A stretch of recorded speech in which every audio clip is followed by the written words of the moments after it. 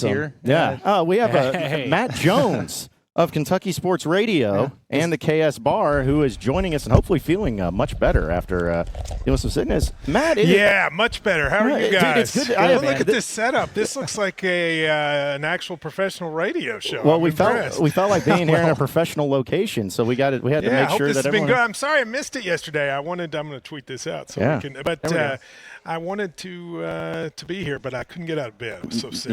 No, we just thought that maybe the nerves of this game was getting to you a little bit. Yeah, we can't lose. I mean, you guys are so pitiful. We can't lose this game. It'll be really bad. But no, this is what it's all about, right? This place tomorrow will have.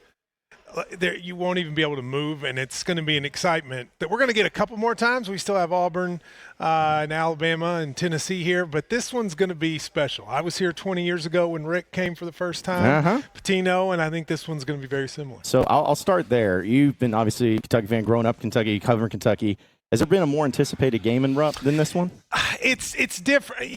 Yes, for the quality of the game. Yeah. In 2012, Kentucky and Carolina were 1 and 2 in the country. That was the Anthony Davis team, and that game I remember being one that was you couldn't wait. But this and the Patino are the only time I can remember where everybody's going to be focused on that first moment.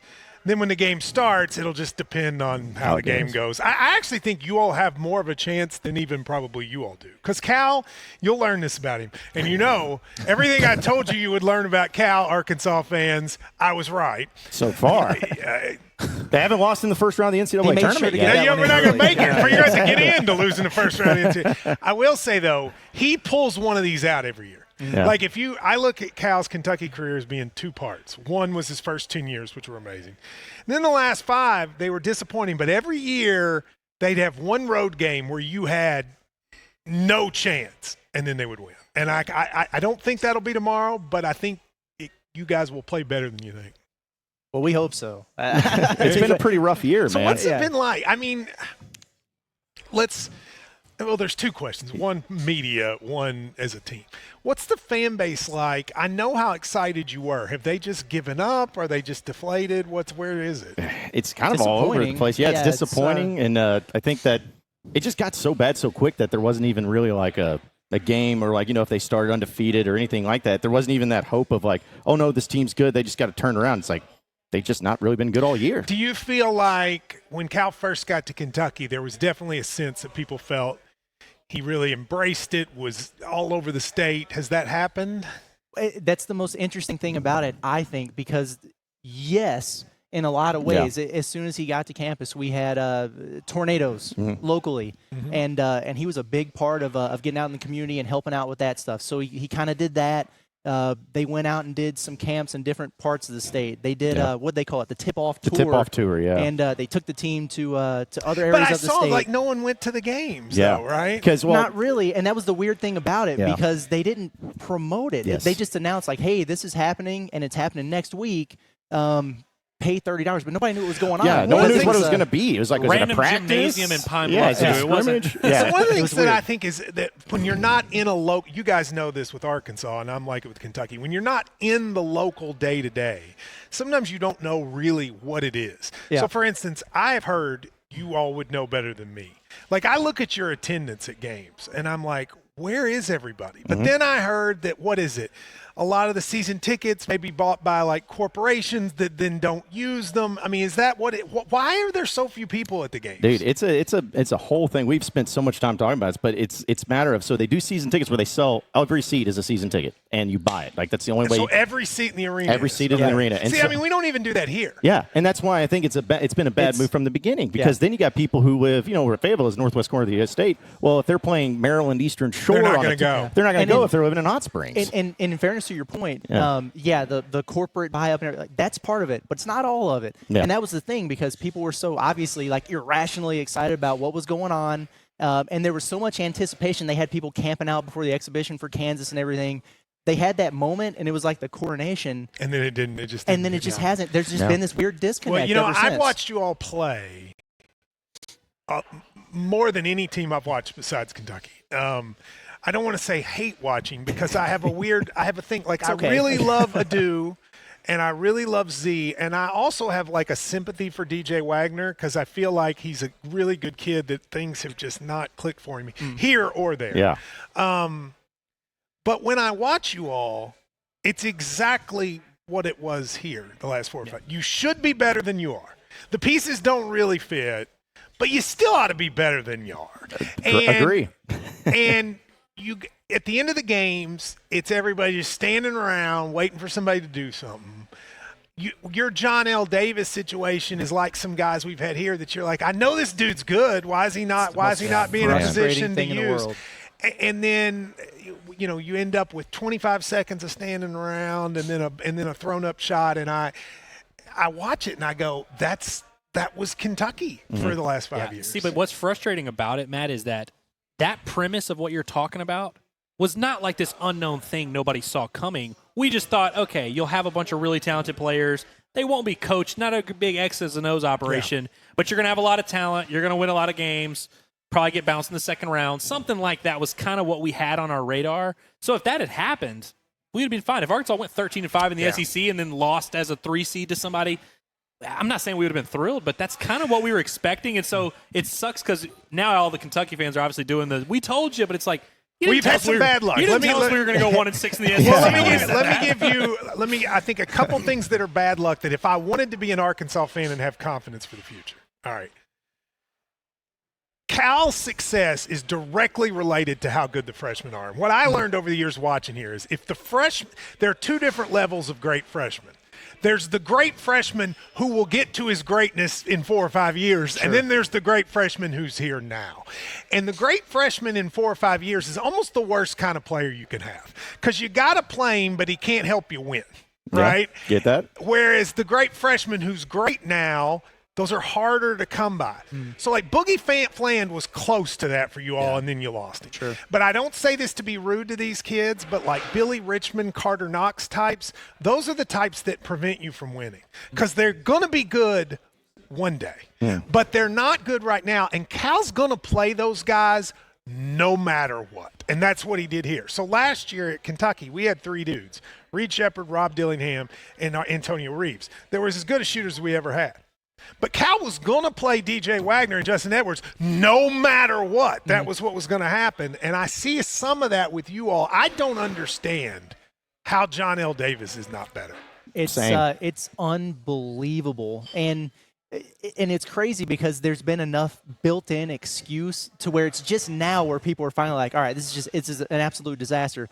He had a cast on his wrist, and he missed all the preseason practices, and then he was rusty coming out of the gates. So everybody chalked it up to that. It's like, oh, yeah, it's shooter, wrist, hasn't practiced. He'll settle in and it'll be fine. But then it never happened. And then when Boogie got hurt, I thought, well, they'll give the ball to John L., and it'll just be a different kind of team. And then they didn't really do that either. Yeah, now he's just he's running off of that floppy action, just baseline to baseline and missing threes. Like, floppy action is maybe my least favorite phrase because we used to hear that, like the Jimmy Dykes of the world would come in and go, people say Cal doesn't run stuff. He floppy actions. And all I saw with floppy action was stand around and then hand the ball to someone who would drive in and hope they drew a foul. I also think your games aren't close. They're not. You know, it's not like they've not been fun in no regard. Well, this is, I think, my biggest criticism of him is the style is no longer compatible. With the way basketball is played. Well, and also you got to remember we came off of Eric Musselman, where it was fun. Yeah, it was fun, and the way it was approachable and the way that he was doing it was so like unique and new. Why he left? Like he just was tired of what? Like why did he leave? Some relationships with some key folks that y'all always have weird drama. It's crazy, and that stuff went south. So. I went to the grocery store where Bobby crashed his motorcycle when I was there. That little grocery store around the bend, and the grocery guy came out and goes, right there, they found him in that dude, and he wasn't what they said he was, or something. And I was like, yeah. That's what we do.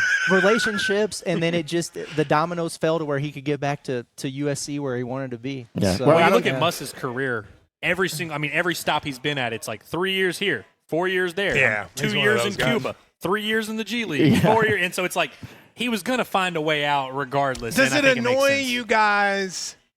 So, all right, I like to give Arkansas fans a hard time, but for Same. the most part, you guys probably care the second most of any program in the SEC about basketball. I'd agree there. I mean, I would say Tennessee and Auburn have really stepped up their caring, but I still think you all probably care the second most. And I think the league's better when you're good. I do think that. Does it annoy you all the way that it's still Kentucky-centric when people talk about Cal, that he's still, or is it like that's what we expect? I expect it because I try to make a comparison of anybody because this, I mean, you know it, but we never see anything like that in college basketball where a coach was at one place, had so much success one place, and then just jumped that next year to a conference foe. Like, I mean, I can't remember. It just does, and it was the biggest storyline. Well, I guess Ed Cooley. On a smaller level with Providence and Georgetown. Right. But even like Patino, he went to the NBA and all of that. So, but I think we understood. It's like this, because we've been saying it, but I've been saying it too. This is Cal versus Kentucky. This isn't Arkansas versus Kentucky. This is Cal versus Kentucky. Well, and Arkansas is just there. It's really a Cal. I think once the game starts, it's really just that moment. And I have to tell you, I thought all week, dude's going to get booed out of the gym. Yeah, let's talk about that. I'm starting to wonder if that's true. I actually think it's going to be a lot more split and maybe even more cheers than I would thought. I don't know why. I'm just kind of getting a vibe of, and I say this with love, but because you all stink, I'm just getting the vibe that our fans almost feel sorry for him. Which I never thought that would happen, but I don't think it's going to be quite as loud a booze as maybe I thought it would. So what you're saying, he reverse jinxed it this successfully. Is part of he started laying the foundation Monday night. He did his radio show, and he was like, "Oh, they're going to boo me. It's going to be horrible. They're going to boo me." I don't know if that's and he's been planting those seeds, and so I think it kind of led a lot of people. Rick Pitino putting out his messaging. It's been a combination. No one's going to listen to that. I mean, Rick needs to slow down. Rick, you don't think there's we had one good moment with Rick, and now Rick starts acting like he's our pope. Like, calm down. I mean, like the pontiff, not the mark. I want to meet the one Kentucky fan who was like angry, had his pitchfork, and was like, "I'm going to boo Cal." Then he sees that video, and he's like, "You want to know what I thought the best argument for not booing him was?" And it was made of all people by Gary Parrish. Okay. Gary Parrish said on his podcast today, at the end of the day, if you're a Kentucky fan, whatever you do in that moment is just going to be something you do, and then you'll move on. But that will stick with John Calipari for the rest of his life, that moment. You know, Rick said that happened with him. He'll think about that moment forever. And Gary's point was like, it matters so much more to him. Mm-hmm. Would you rather just give him a moment of happiness or a bad memory? And I thought about that, and I was like, Sunday morning I'm going to get up, and as long as we win, I'm not going to care whether we cheered or booed. But he's going to be thinking about that a long time. Right. And so I wasn't going to boo anyway. I was just going to be silent. I'll probably still be silent. But I was like, well, that's not a bad point by Gary. No, I mean, if you're looking for one, that's about as good as it gets. I was listening to you guys this morning, and you guys brought up something I hadn't considered, the role that the PA guy plays in this. It's going to be huge. I didn't think about that at all. But, is it just the classic what you do with every head coach? And Arkansas head coach John Calipari. And then, boom, go to Kentucky's intros, lights are out, videos up. Or does he let it linger a little bit? The longer there's silence between Calipari and our music, the more boost. Yes, right. If you just go, because we play this song that's like, and like if they just hit it, it'll dissipate very quickly. Mm-hmm. You got to also remember with Patino, he snuck in. Mm-hmm. Yeah. So he snuck in. You didn't even know came through the other entrance. So you guys don't have that benefit. But I don't know. It's going to be crazy. It's so weird. He's such a part of what this was for so long. I mean, just look around here. I mean, everything you see in here, there he is right there. Everything you see in here, this is during his era. Yeah. I mean, this is me and him talking to a row full of fans, and like there's me, him, and Anthony Davis with the national championship poster. It's just weird that's all going to be it's gone. Well, let me ask you this. I noticed something about these pictures. They're pretty older. It doesn't seem anything recent, like past few years that something happened. Because he sucked since COVID. I mean, we've been no, I mean, I don't want to be we told you, but we did tell you. About what, though? Because here's the deal. That he was behind. Were you holding back because we didn't expect this? Yeah. I didn't expect you. Well, this goes back to my point about your bad luck. So what I was saying about the quality of the freshmen, you all just happened to get Cal's worst freshman class. It was going to be his worst freshman class here, too. Sure. I was already worried about next year being terrible for Cal. I thought this could happen to us because I looked at Boogie Flan, Knox, and Richmond, and I thought, that's the worst class he's had. And, like, next year, your all's class will be better. One would think. But that's just bad luck for you. This is not a very good high school. It is a good high school class, but he wasn't in on all the top guys, and so that hurts. And I think we had that understanding too, and that's what made it so puzzling when he did the I'm going to have 9 guys, and that's it. Yeah, so like you had, there but he did that here too. We ran out of players too. In years past, here's been the change in college basketball. Those 2 kids at Rutgers, Ace Bailey and Dylan Harper, 10 years ago they're with Cal. Yeah. He used to go get those guys, and now he doesn't. And if those 2 guys were on Arkansas, think about how good you'd be. Oh, yeah. Right?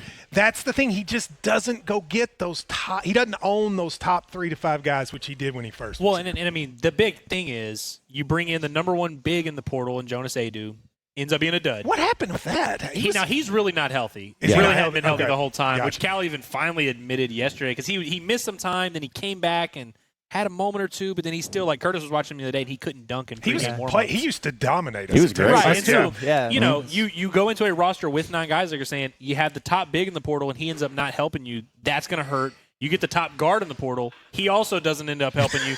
You're not going to overcome that even if the worst freshman class. Yeah. And then the best one from that freshman class is banged up, too. It's Here's your advantage. No matter what, you're going to be tough. Our advantage is we can shoot. You all don't guard the 3 terrifically. No. We have nothing for Adu. We have no one to guard him. So and Adu's gotten a lot better this year. We have nothing to guard him. And the thing you're good at, which is slash into the basket, is the thing we guard the worst. So we're going to give you 3s, and if you make them, you got a shot. Although you haven't made them. Good luck with that. But yeah. How many games Arkansas played so far? So have you enjoyed Lexington? 20 games. You guys had fun? It's been awesome. No, it's been great. I will say this. Like I would always, have some fun with some Kentucky fans, as that is. But the people have been awesome to us. The city's been great. We've checked out a lot of cool places. This has been an awesome experience, like for real. What do you all do for pre-games? So this is kind of the first time for basketball season that usually the games have been so early and stuff. We haven't had a chance, but that's kind of what we're going to come by here at some point. You need to at least come by and see this tomorrow. You need to see what it's like with everybody, and the energy is going to be so awesome here tomorrow. Oh, yeah. And then obviously it's going to be something down there. And there's a part of me though that thinks this game. I know Cal, like they do one of these a year. One of these a year where they play really good on the road. One of them was against y'all a couple years back. We were coming in. We had gotten destroyed, and then Reeves went for like 40 against you all. We had Adu bringing the ball up the floor that game. That was as down bad as we've ever seen. Yeah. Arkansas won in Rupp like 3 weeks before or something like that. Yeah. Because of Mikel Mitchell. How concerned are you about the aspect that there's really nothing for you guys to gain here this weekend? Like, it's now become – because obviously 3 months ago, you see this game on the schedule. You're like, all right, that's going to be a big one. Can't wait for that one. There's going to be a lot of anticipation. You didn't realize Arkansas was going to be this bad. And so now it's I think there would have been a lot more pressure if they'd lost to Tennessee Tuesday. For sure. I think the Tennessee game was big because – we would have come in here if we lost to you maybe with 4 in a row. Then we have at Ole Miss next game. So a little. But look, you ask any Kentucky fan at the beginning of the season, what's the game we can't lose?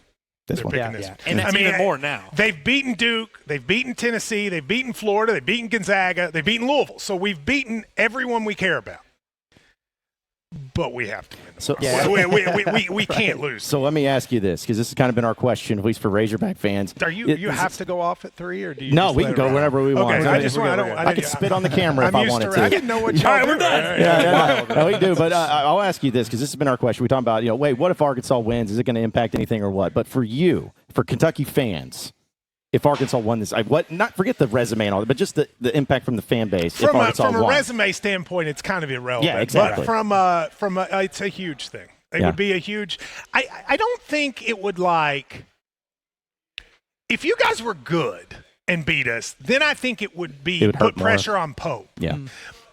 But I think people are like, we won the divorce. Mm-hmm. And I think they'll still say that if we lose, because you guys are still, 2-6 in the conference or whatever? Hey, we're on our way. So, but I do think it would definitely be this has been all good vibes. Like, there hasn't been one negative vibe since Pope got here. This would be the first negative vibe. I mean, everybody they've lost to, Georgia, Ohio State, it's like, well, that stunk, but who cares, really, right? This would be the first one that would be kind of going, oh, no, what's happening? I didn't know if it'd be a lasting, like, for a year or, like, it'd just be Because you got to say, we hadn't beaten Duke in 15 years. We beat them, right? Louisville's always the game that's huge. And then we've gotten all these big SEC wins. But don't get me wrong. I'm not trying to excuse it. If we lose, my post-game show will be angry people. Yeah. And can I ask you media perspective? I don't know if you all can be honest about this. We can. He was just a non-factor. Like the media, the media was over. What's it been like for you all? Well, yesterday when we had a press conference, was the second time non-post-game press conference we've had? It was the second preview. See, he only did one. He only did one the entire season last year. Yeah. So this is his second one. So you've gotten here a lot of Chin Coleman. It's exciting. They rotate. Great. Chin, Chuck Martin, and Kenny Payne. That's Good the stuff. rotation. Good stuff. Kenny's a nice guy, but he doesn't say much either. I don't really know Chuck Martin very well. You got Chin's Bruiser. been the best one. So I'm sure what's the nicest restaurant in Fayetteville? It's because that's where I know Bruiser and Chin eat every week. Well, Theo's is pretty nice. Cal loves Herman's. Cal, even when he was like at Kentucky, he would go to Herman's Rib House every single time. Oh, that's right. I remember that. Yes. So, is it true he was sleeping at Tin Roof? He was above it, above the over, street. But on that's crazy to me. Have you all seen where Cal lived here? Yes.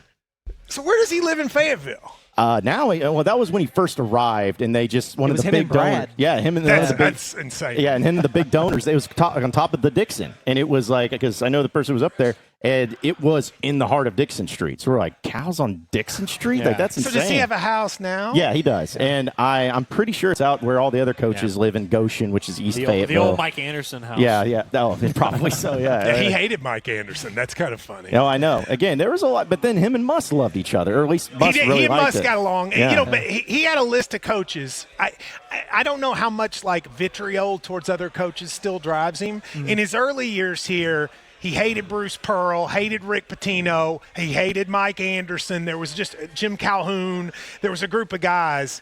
I think that's another problem for him is he's had a hard time finding his enemy. I talked about this on the show. That man is driven by and you guys, he hasn't been able to find that, and I think he wants it. Like he needs somebody to go, ooh, I got to prove that person wrong. He definitely doesn't feel that way about Mark Pope. Nope. I mean, every time he's talked about Mark Pope, and obviously you've got to do the song How and could dance. you dislike Mark Pope? I was going to say he's impossible to be he can't be the villain. Yeah. He'll never be the villain. Every clip I listen to of Pope, I'm like waiting for him to say something stupid, and he just doesn't, does he? No, and it's really irritating. And I'll give shout out to Cal for another thing too. I thought it was important him coming in and embracing and being around Nolan Richardson because that was something to where he's always been a guy. This is a good – you go back through history. When someone is painted as a villain in college basketball, I've always thought Cal really wants to embrace him. Yeah. Nolan, he was like that with Jerry Tarkanian. Yep. He was very much like he really wanted to take up for Jerry Tarkanian. So I'm not surprised about that. Cal loves the legends of coaching. I think Nolan was one. Oh yeah. You know, it's just from the whole like when he knew he was like this fan base loves Nolan. So like I'm gonna try and embrace. He did that when he came here with Joe B. Hall. He was very he couldn't do it with Rick because he despised Rick. But but that's why you should have seen the grimace on. I don't know if you watched Cal's press conference when he was asked about the Rick Pitino video. There was no way he knew that it happened. No way. Yeah, let me give you my read on that real quick.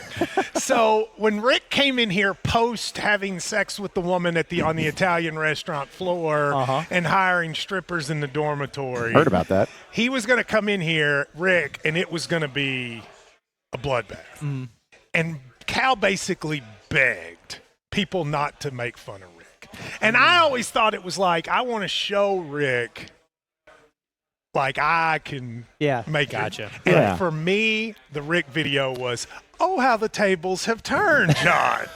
Now who gets to be the one, blah, blah. So I actually thought there was some gamesmanship. I didn't know about that. I'm glad. When they asked Cal about it, when he had a literal, like when they said, oh, Rick Pitino left you a message, and he goes, Yeah, like almost like, whoa. And then when they told him it was nice, he was like, well, that's nice of him, and then immediately moved on. He does. I thought it was very much so now I'm going to give you the fig leaf. Like that makes sense. So it really pissed Cal off probably. I don't know this, but I bet you it did. I bet you I bet you he was like, oh, now do something stupid, Rick, so I can be the bigger man. Yeah. Hey, well, Matt, we really appreciate you, of course, not only being on the show, but letting us do our stuff here from KSR. This is awesome. Like, this is like incredible. It's like our goals in life. Like, we would love to have a sports bar. But yeah, it's an awesome setup. And again, everyone's been really nice, and it's cool seeing like Kentucky fans here all the time. Everyone's wearing blue and everything. So it's awesome. Yeah, it's go into the restaurant business for the brand or go in the restaurant business for fun. It's not a place to go get rich.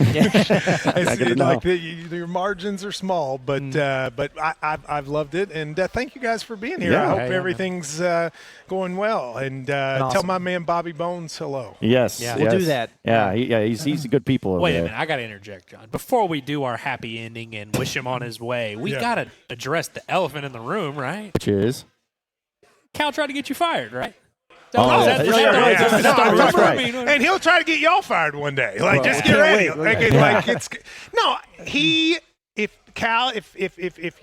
If he considers you to be an enemy of the state, then he will turn on you. I mean, here's like most of my listeners like this person. Yeah. But Cal is Donald Trump. You're either with him or against him. Mm-hmm. And in his mind, if you're with him, you're great, and if you're against him, you're evil. Mm. And even though life is in the middle, I wasn't as with him as he thought when we were close, and I wasn't against him when you're in one of two columns for him. Yeah. Right? No gray area. There's no gray area. Yeah. And so when I was on the with him side, I know how much he disliked the other side. Mm-hmm. Right? Well, then when I had some criticism, because in this job, you guys do, you have to, like, you can't sit there and look at a 1-6 SEC team right. and go, this is good. Yeah. You flip, and then when you flip, he'll say, you burn my house down, I burn your village down, right? Yeah, wild. So he did that video on the Tuesday, it was on a Tuesday, where he said, I'm staying, sit next to the AD. Mm-hmm. And the next day, I had a phone call from somebody saying, look, they're trying to make it to where you're not doing it next year. And this person was sort of mildly reassuring me, but was also saying this is going to be something we have to deal with. Oh, my gosh. That's tough. That's just how he is. The thing is, he doesn't have leverage to do that with y'all because he's not winning. Yeah. That's what also – and also we're never going to see him. I was going to say, he's also not done the thing where he's letting people in to even have those relationships one way or the other. Yeah. That's interesting, because he may feel like he had some guys at Memphis, and I remember when he came here, I remember them saying to me, be careful. Yeah. And I said, oh, he's been great. And he may look at it the other way, though, and go, like, I let this guy in, and then he ended up criticizing me. So who knows? To your point, I don't know if he's really – I mean, I'm sure he's still wired that way a little bit.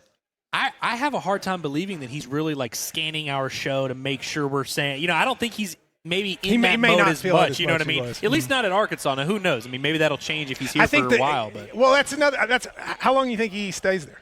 Forever. He's a hog lifer. He loves it. I honestly have thought about this. I say 3 years is about, like, he's got a 5-year contract. That's where I'd put the over-under. Yeah, I'd say 3 years.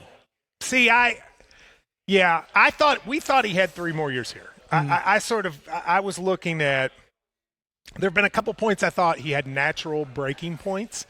I thought 2022 was going to be one, then he stayed. Then I thought last year. I think in his mind last year was going to be his last year. DJ Wagner was going to make him full circle. Right. Coached the dad, now coaches the son. Good team right off into the sunset, and then it broke down. Yeah.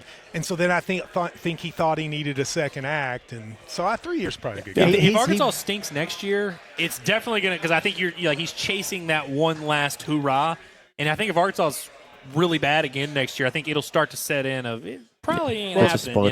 The true answer here is how long does it take him to help 25 to 30 more families? Well, that's what he said. Does that annoy you all? Yes. It didn't at the time. Actually, I got to be honest, it really doesn't annoy me that much. What's funny is it didn't annoy people here until it did. Yeah. Like he used to say that all the time, and people would go, he famously after 1 year said this is the most important night in UK history on the first NBA draft. Yep, remember that. I remember that. I remember that vividly. And a lot of people were mad, but a lot of people were like, yeah, but we're good. We get it. Yeah. And then that comment hurt him a lot more 10 years later. It didn't hurt him in the moment. Right. But later, people sort of kept it in the back of their mind as, see, he doesn't really care. And then, again, this is way in the weeds. But Kentucky fans watching this know I'm right. Shaden Sharp. Shaden Sharp was a big deal. He brought in this kid, number one in America, or one of the top guys in America, and he never played. And Cal would say things like, come to warm-ups and watch Shaden Sharp dunk. And he kept making everybody think, oh, we get to see Shaden Sharp. And then he never played. And then Cal was like, he's still part of us. He was here, and he never played. And I think a lot of fans were like, so that explains a lot of the comments we got when Boogie got surgery, and because people would just be like Shaden Sharp, and that's not. It's not fair, but that's he why. also was never honest about the injuries here, so we never knew if a person was hurt or not. He famously, his line was, "I haven't seen him." Yeah, that would be his thing. He would say, like P.J. Washington one year, going in the NCAA tournament, he was our best player, and we didn't know if he was going to play. And they asked him before a second-round NCAA tournament game, what's going to happen with P.J. Washington? He goes, I haven't seen him. And we're like, we play tomorrow. So that, I think, people got it. But it kind of goes back to the point of the expectation where it's like we kind of knew that was part of the gig. Yes, that, like, as long as you won. I also think the context of when Arkansas hired Cal really matters, where Arkansas had just gotten turned down by Chris Beard. Kind of embarrassed them. One, you had Must leave, which that alone embarrassed a lot of people. Chris Beard says no. There was a report from our good friend, God rest his soul, Bob Holt, who said that Arkansas was interviewing Darrell Walker, and so there was a point where it looked really bleak. Well, they let Will Wade coach in the SEC again. Exactly. We were doing that. So but see, you got to remember. I mean, look at us though. I think we ended up with a great coach, but we got turned down a lot. I mean, true. They wanted Scott Drew and Danny Hurley both get a no. They wanted Billy Donovan, but they didn't feel like they could wait on him. And he said, you got to wait. So they're like, we can't wait. And then their next four guys, the administration wouldn't let them talk to. Chris Beard, Nate Oates, Bruce Pearl, and I believe Sean Miller. And the administration wouldn't let them. So then we were left with Mark Pope or Shaka Smart. Now, I think we got the right guy.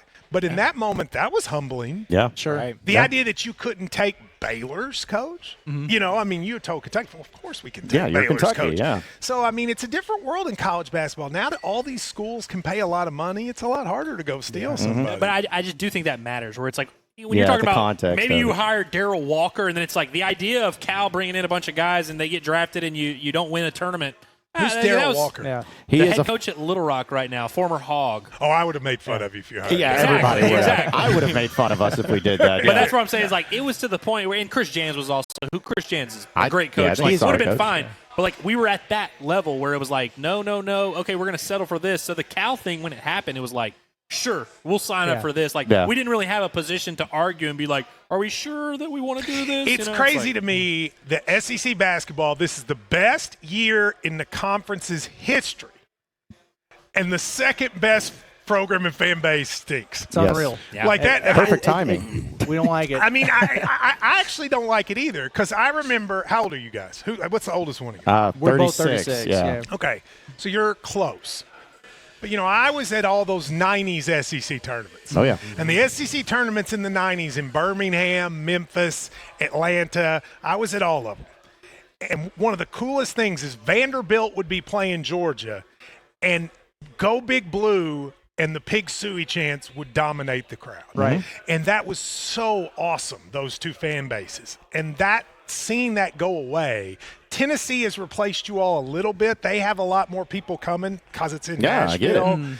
But I do miss that because you guys were in the 90s. It was the best. Well, that's why we were talking about it yesterday, where I felt like in those 90s, it seemed like Arkansas always beat Kentucky in the regular season, but then y'all would win in the SEC tournament there. And you had Nolan versus Pitino, and there was obviously Kentucky is a much better basketball program. Not making that argument, but there was like a similarity of both fan bases that had a lot of history, a lot of tradition. Can we do and all old that. Arkansas players before I go? Oh, yeah. I love, Yeah. And I'm not just talking Scotty Thurman, This is one of our favorite Corliss games. Williamson, Oliver Miller, Todd Daly, Mayberry. Yeah. I'm not even just doing those. Yeah. I love the dudes like Dwight Stewart. Yep. Had the three behind his back like that. Dwight Stewart with his, he had like a little mole and he shot from behind his back. I like the little dude that would shoot from the hog. Alex Dillard. Yep. Yeah.